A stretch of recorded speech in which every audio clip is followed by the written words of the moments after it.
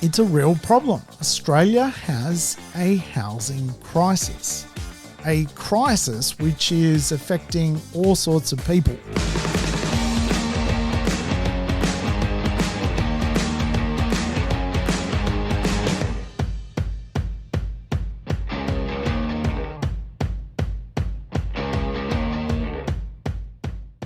Welcome to the Urban Property Investor. I'm your host, Sam Saggers, here to help you crack the code of real estate wealth. Today's show, Population Economics 101. Australia has a demand problem. Yes, we're going to dig into the demand side of the equation when it comes to real estate. And of course, what is happening in society is mind-boggling.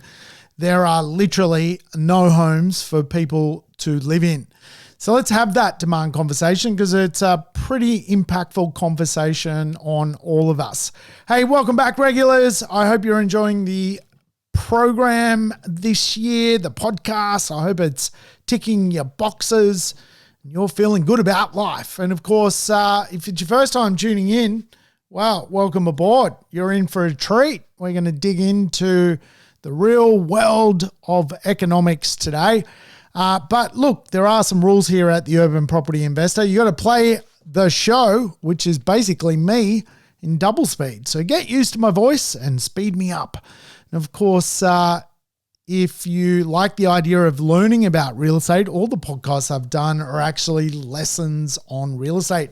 So go back in time if you have to. Go and check out some lessons on other concepts within the real estate world. But I tell you what, as regulars know, I absolutely hate my neighbor, the gospodar. He mows the lawn every day.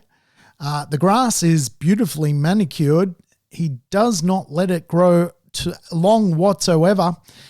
And even worse, on a windy day, he will leaf blow. He basically is addicted to leaf blowing. And of course, this is his outlet, leaf blowing and lawn mowing, and I live next to this man.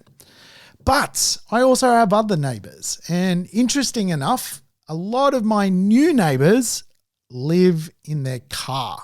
Yes, I live on a quaint little cute beach in Sydney. The beach has got a great level of localized amenity and great showers, great bathrooms, and for anyone who enjoys living in a motor vehicle, well, they see it as a bit of a mecca to come and hang out. It's safe, it's quiet. Really, us locals don't mind the odd person living in a car hanging out in the hood.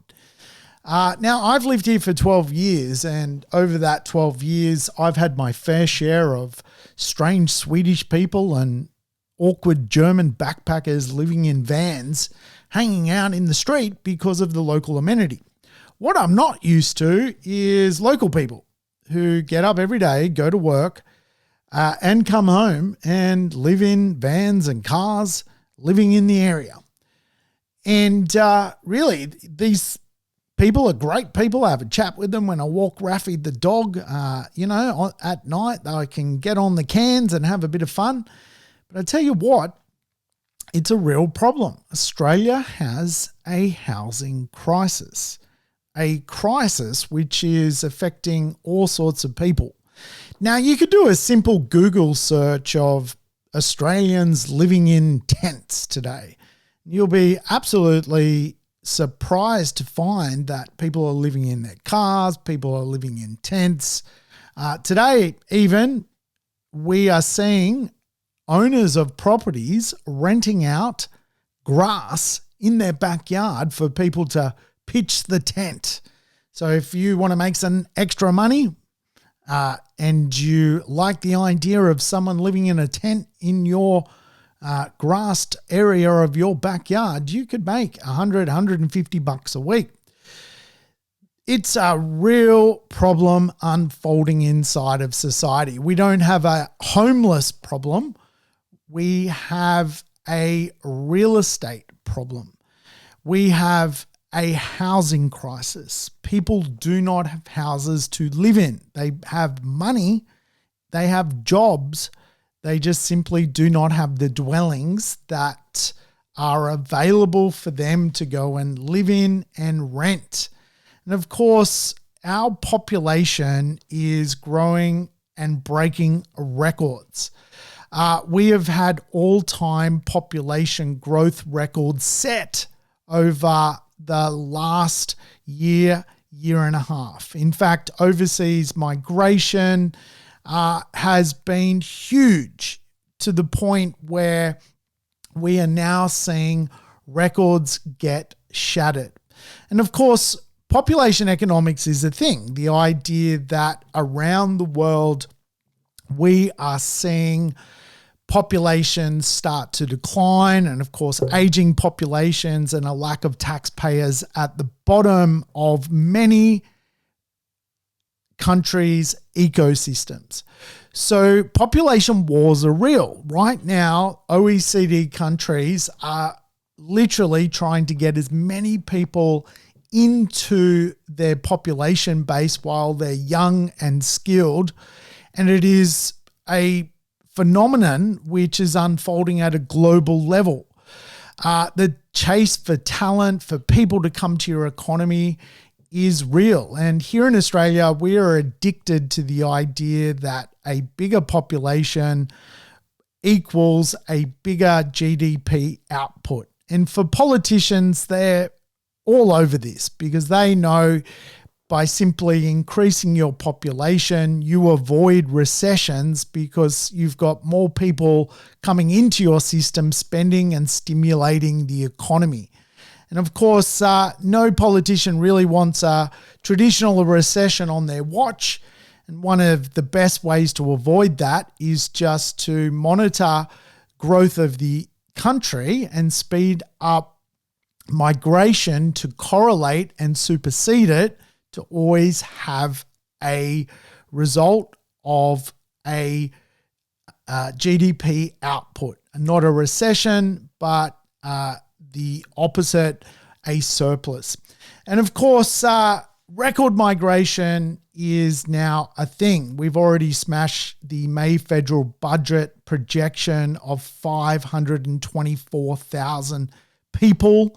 And as we look at the numbers from overseas, we've had statistics this year alone to date, around 480,000 people come to the country before you even talk about the idea that local people have babies and you add them to the stockpile of new people.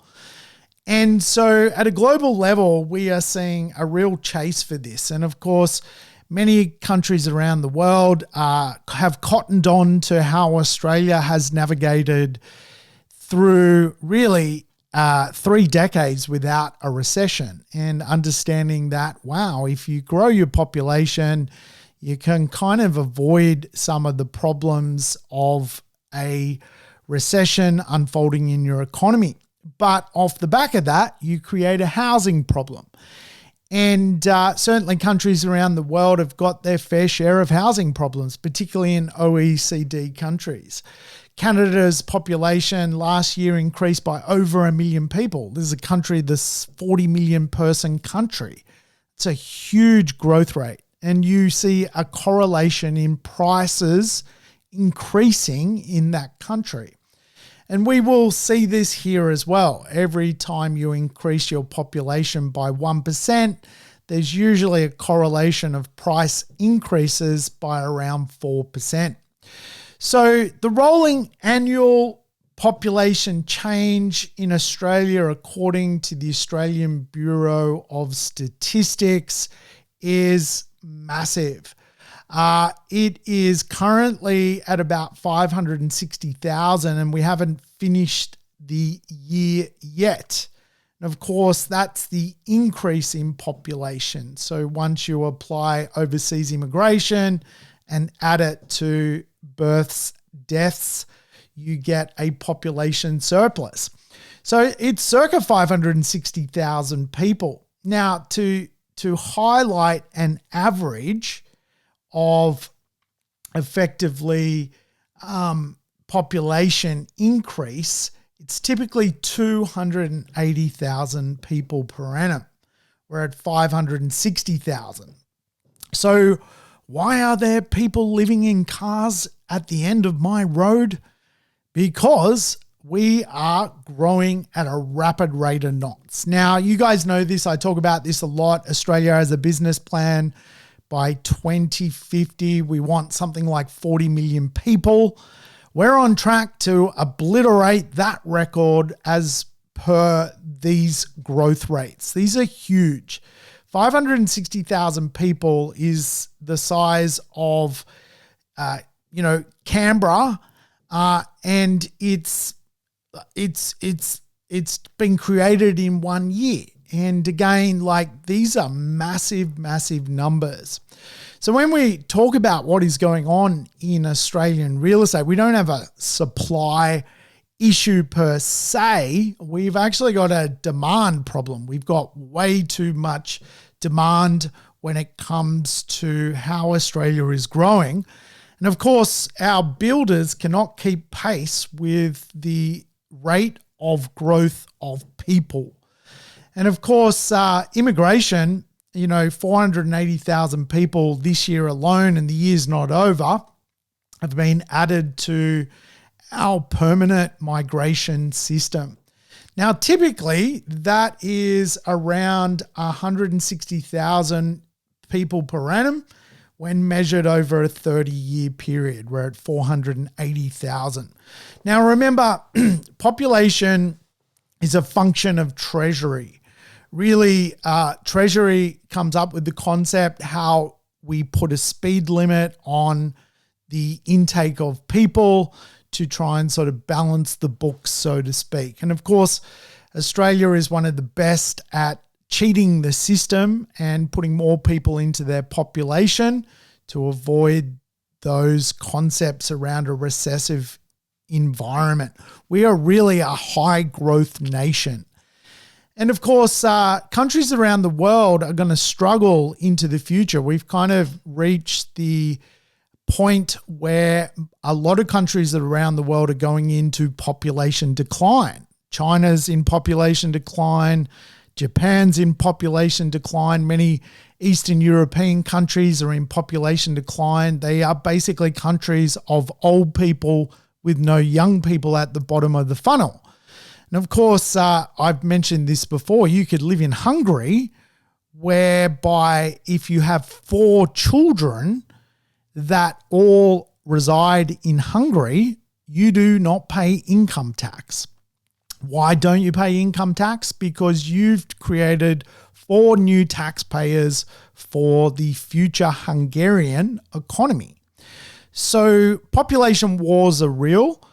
And Australia is a big Venus flytrap for more people coming into the system. We cannot produce enough of our own people, so we go and take skilled people from other places. And of course, this is great because you do not have to pay for those people to grow. Children don't create any economic output, but bring students here, extend their visas, make them permanent residents, and you will get an economic output from that situation. So, of course, immigration is likely to rise further as the year unfolds and into 2024. It's estimated that the population increase will reach 626,000 people by New Year's Day. Wow, can you think of that? That is amazing. 626,000 people in 1 year alone. And of course, this is creating housing stress. There is no practical way you could build that many properties to keep up with that type of population increase. So we're out of kilter. And often people sort of remark to me, where to next for the Australian real estate market? Well, right now, we've got to build properties to basically deal with a situation of rampant migration. Like, we have not seen numbers like this ever before in Australia's history. And in some respects, it's been deliberately engineered by the current federal government. They have done all sorts of things to fast track people into the country. And obviously they've come off a low base whereby, the borders were shut, but they've done, deliberate concepts to bring people here faster. They've extended postgraduate visas by 2 years to keep skilled people in the economy. They've committed budget to clear the backlog of over 1 million temporary visa holders in the system at the moment. And they're fast tracking, basically rubber stamping many visa applications, as many as possible, to get more permanent migration into the economy. They're doing all sorts of things with non-humanitarian migration intake. They've raised that by 30,000 people. They've approved, emergency pandemic visas of people that were here, and on that visa system, they've allowed for that visa class to stay further. And they're really prioritizing offshore visa applications and fast tracking them, meaning people can apply from overseas and ultimately get heard faster and move through the system faster. I think the current Albanese government has actually employed around 600 more staff in the Department of Migration or Immigration to get things moving, and things are moving. And, really the whole concept, if you like, is coming through a lot of extra students coming into the system. And even the student migration numbers are off the chart. And of course, students don't have permanent migration, they have temporary migration. And Australia's even done a deal with India whereby there's mutual recognition of each other's basically qualifications. And this is now fast tracking a lot of Indians into the system, whereby Indians can migrate to Australia with the right qualifications. They don't have to stop and get mutual recognition of their qualifications or do more student concepts to upgrade their qualifications. All of a sudden, we are now going to see a massive, massive intake of more people. So immigration is likely to rise even more, which is kind of bonkers, because I got people living in cars at the end of the street.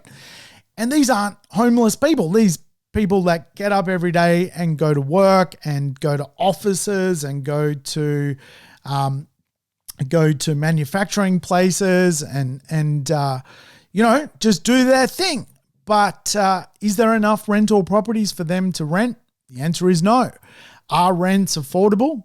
The answer is no. And of course, a lot of the decisions being made from today, people living alternative ways to live through different means of shelter, cars, tents, things like that.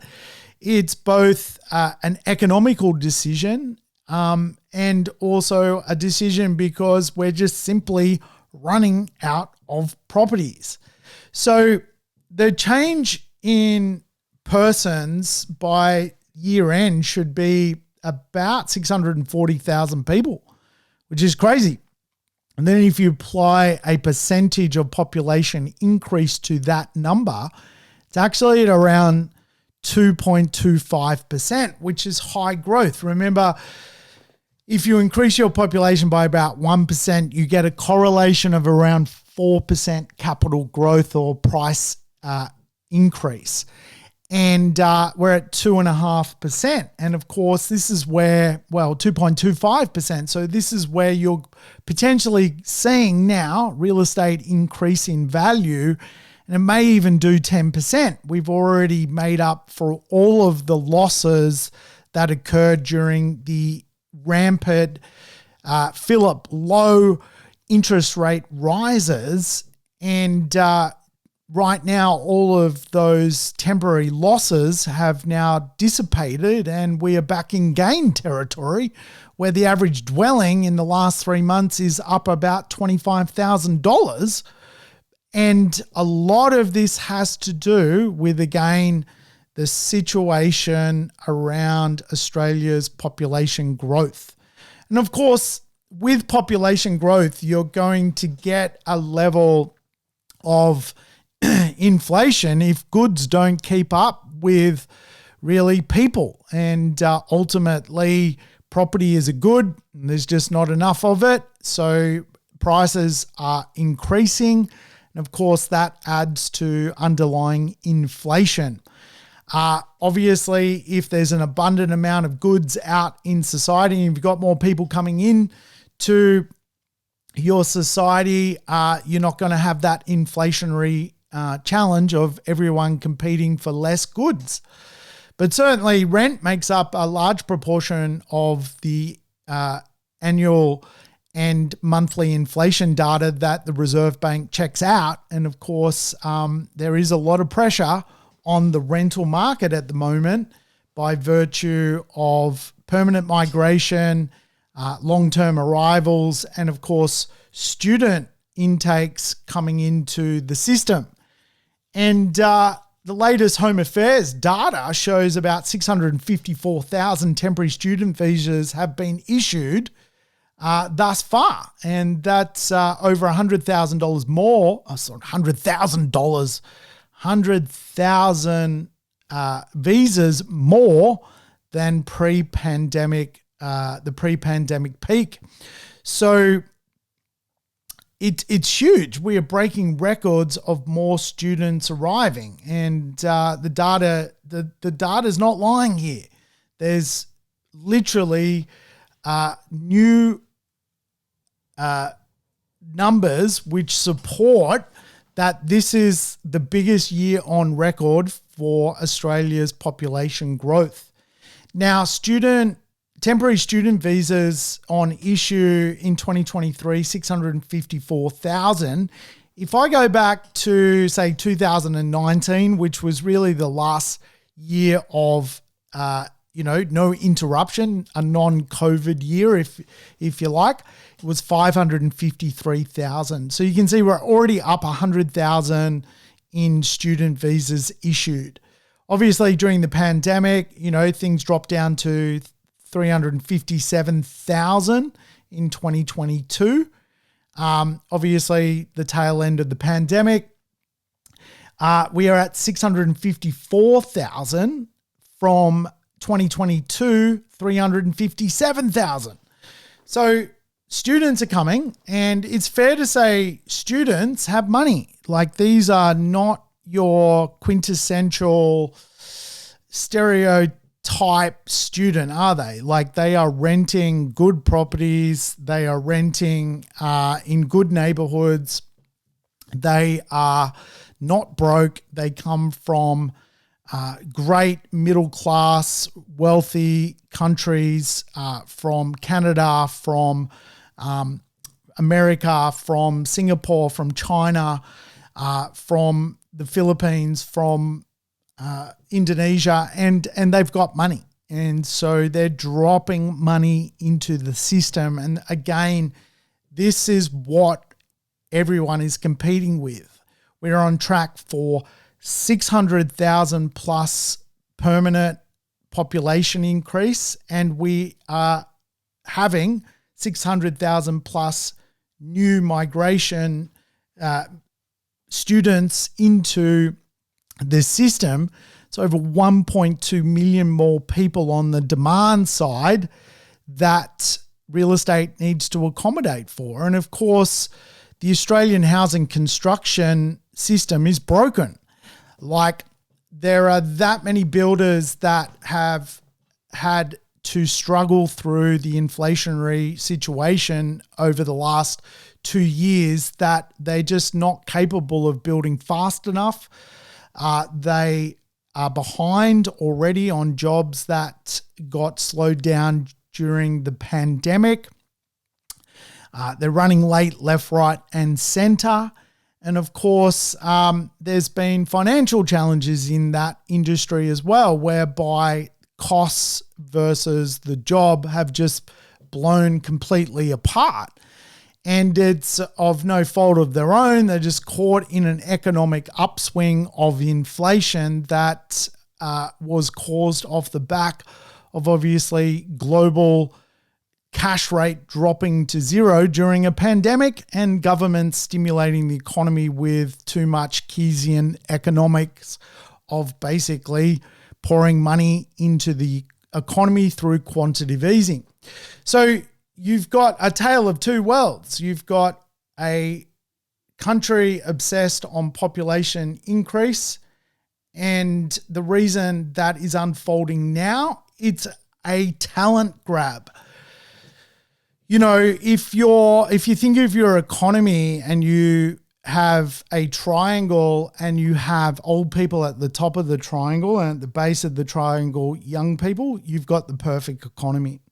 If you turn that triangle upside down and you've got more old people at the top of the triangle and at the bottom of the triangle, the spearhead, you've got young people, you've got a problem economy.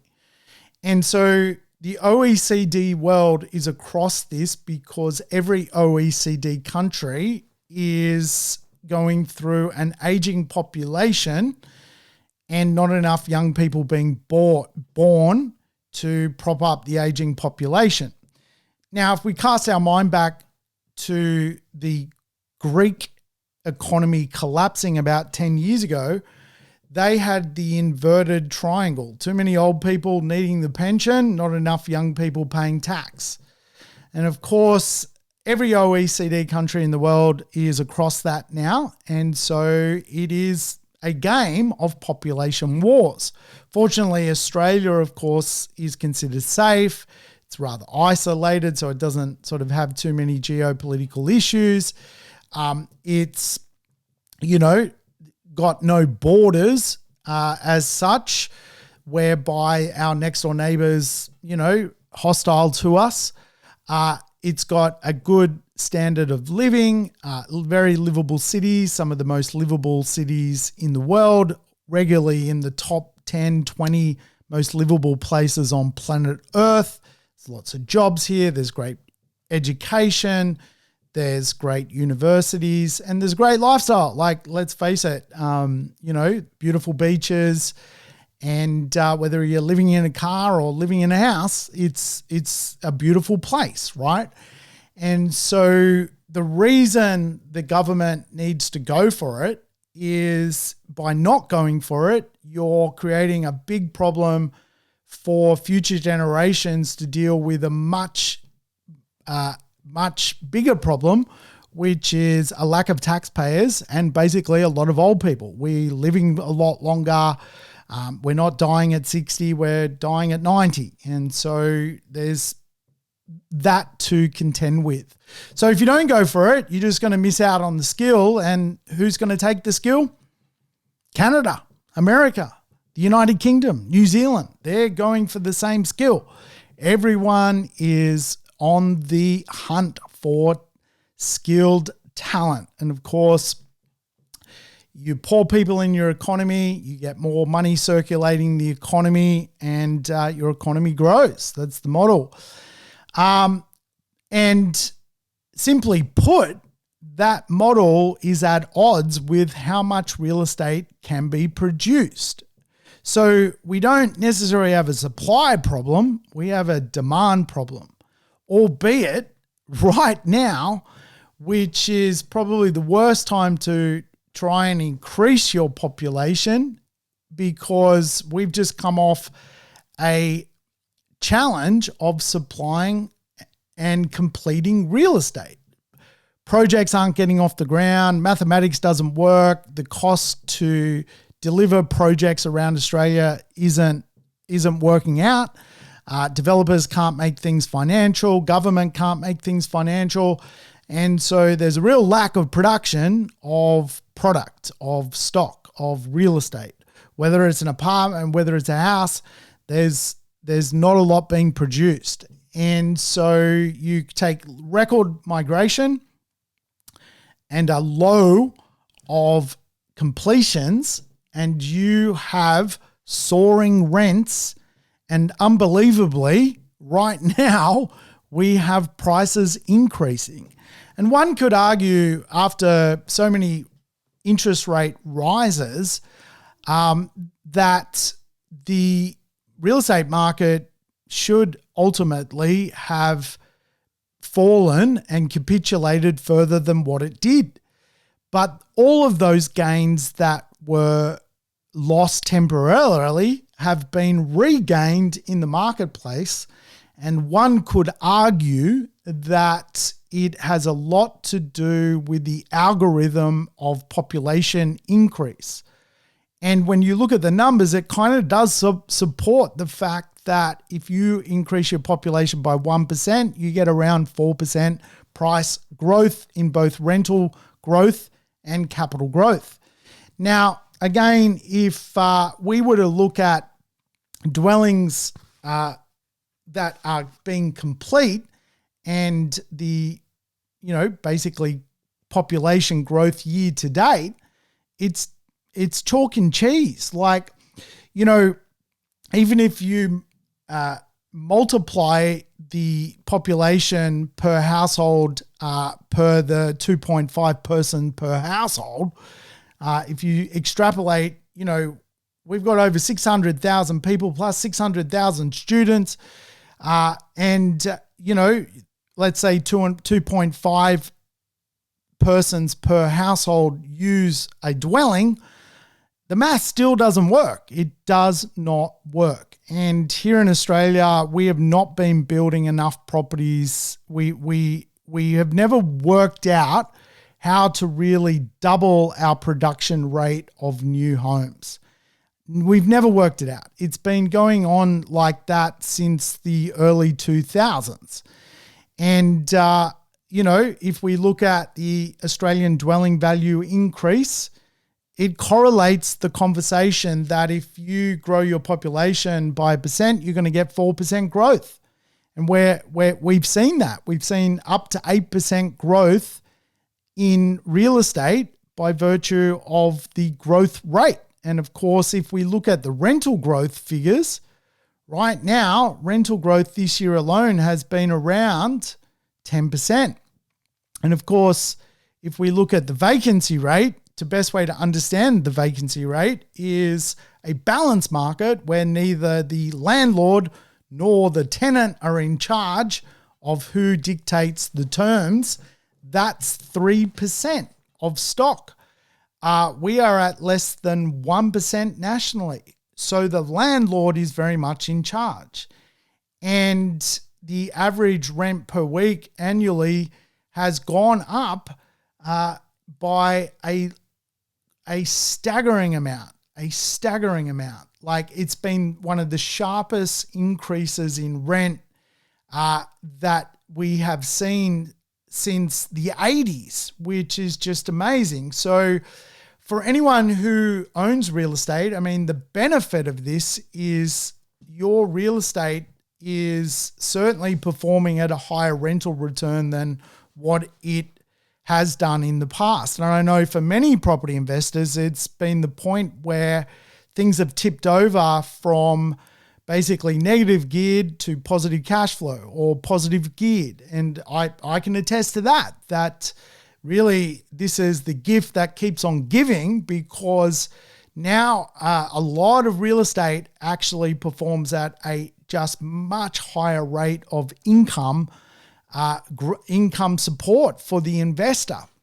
And again, I think we've still got a further to climb when it comes to rental improvement, and it's going to put more stress on people.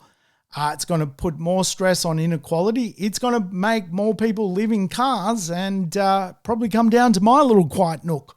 We don't mind people in cars here. It's good fun at night. There's a few barbecues and a few cans on offer.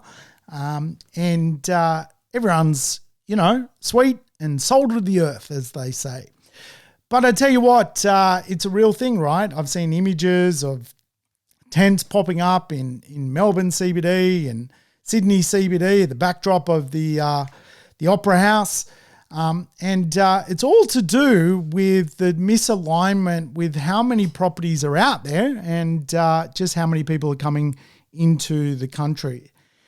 So house prices are back, property values are increasing, dwelling values are on the rise, rents are, still on the rise. And of course, the backdrop of all that is, well, you can't have your cake and eat it too. I mean, at the end of the day, if interest rates were to drop too much, this would blow up. This would absolutely blow up. Like, you would see real estate climb way too much in value and probably reach a tipping point where, it's no one in their right mind could borrow money to buy real estate. And so, probably from a cash rate point of view, a big drop in the cash rate would be the worst thing right now. I think, based on where things are at, just, where we're at now, it's the new normal, moderate rise, a moderate decrease. Like, really, it doesn't work. The maths does not work. You've got way too much demand. And of course, basic economics 101, if you've got too much demand and not enough product, you get price increases. It's basically the formula of any economic principle, whether it's bananas, whether it's new cars, whether it's handbags. It's a supply and demand metric. Demand is through the roof. And as I say, I do not think we have a supply problem. I should clarify that statement. We actually have a supply problem. There's a lot of stock not being produced. But the only way to balance the model is you cannot necessarily produce more product to mirror the demand. You're probably going to have to slow the demand down to mirror the product. But that's probably not going to happen. And there's bigger forces at play. And probably the biggest force is population wars. Population wars. We are at war. And the government knows that. And they're going out and getting anyone with a heartbeat and moderate degree in something, a skill in some form, and dropping them into the economy. That's the model. Population wars.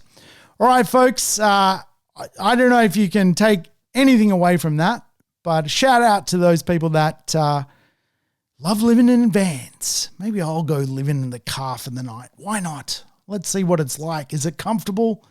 Is it cozy? Do you feel alive? Maybe we all don't feel alive enough sleeping in a cozy bed.